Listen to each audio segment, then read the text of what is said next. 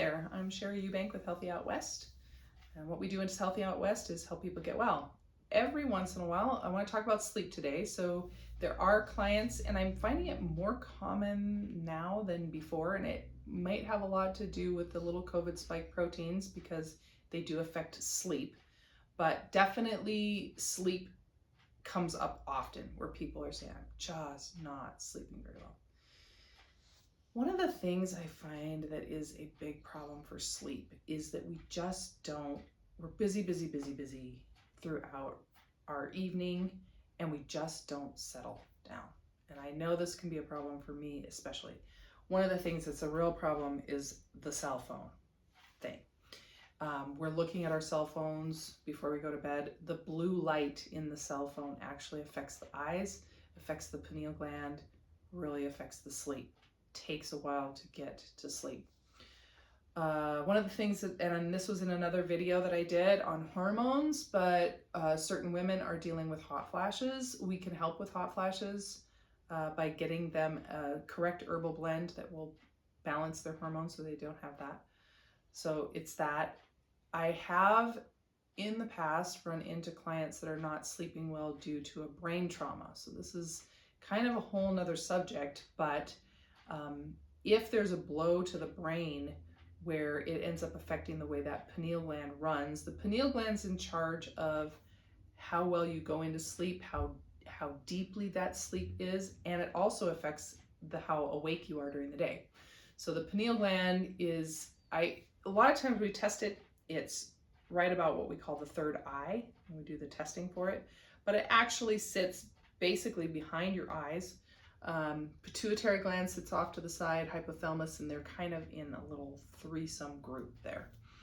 So anyway, the pineal gland is definitely affected by certain things, and certain types of foods I find affected. People who eat sugar before bed can really affect the sleep. Gluten, again, can really affect the sleep. Really depends on the person and how they're operating, but I find that it's good to, if you can, make it a ritual before you go to bed to just kind of find a way to relax. Is that doing, listening to something that's relaxing? There is a little thing that I do, it's just like a 7-minute thing. I notice really improves my sleep. It's listening to certain sounds that actually help improve my sleep. I notice a huge improvement. And I find with this particular one that I'm doing, they have the guy that talks, he talks about relaxation. One of the things I didn't realize until fairly recently is we think about relaxing, okay, just relax every muscle, right? So you're relaxing every muscle. But did you know that one of the ways that works really good to relax your muscles and can be done a lot faster is to just tense your body, like tense it as hard as you can and do it, and take a deep breath in, tense everything as hard as you can, release.